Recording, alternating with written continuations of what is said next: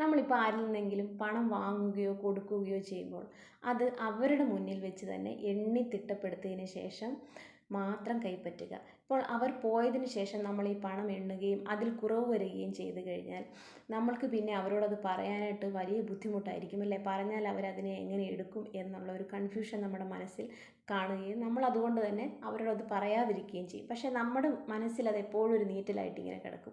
അതിലും എത്രയോ നല്ലതാണ് അവരുടെ മുന്നിൽ വെച്ച് തന്നെ, അത് നമുക്ക് എത്ര പ്രിയപ്പെട്ടവരായിക്കൊള്ളട്ടെ കുഴപ്പമില്ല, അവരുടെ മുന്നിൽ വെച്ച് തന്നെ ഈ പണം കൃത്യമായി എണ്ണി തിട്ടപ്പെടുത്തി വാങ്ങുക. ഇപ്പോൾ നമ്മൾ ആർക്കെങ്കിലും കൊടുക്കുകയാണെങ്കിൽ അവരോട് പറയുക, ഇപ്പോൾ തന്നെ ഈ പണം എണ്ണി നിങ്ങളിത് വാങ്ങൂ എന്ന് പറയുന്നത് കൊണ്ട് യാതൊരു തെറ്റുമില്ല. അതുകൊണ്ട് നമുക്ക് ഗുണം മാത്രമേ ചെയ്യൂ.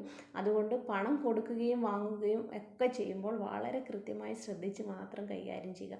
നമ്മുടെ പല ബന്ധങ്ങളും മുറിഞ്ഞു പോകാനായിട്ട് കാരണം ഈ പണവും സ്വർണവും ഒക്കെ അങ്ങോട്ടും ഇങ്ങോട്ടും കൊടുക്കൽ വാങ്ങലുകൾ നടത്തുമ്പോൾ ഉണ്ടാകുന്ന ഏറ്റക്കുറച്ചിലുകളാണ്. അതുകൊണ്ട് ശ്രദ്ധയോടെ കൈകാര്യം ചെയ്യും.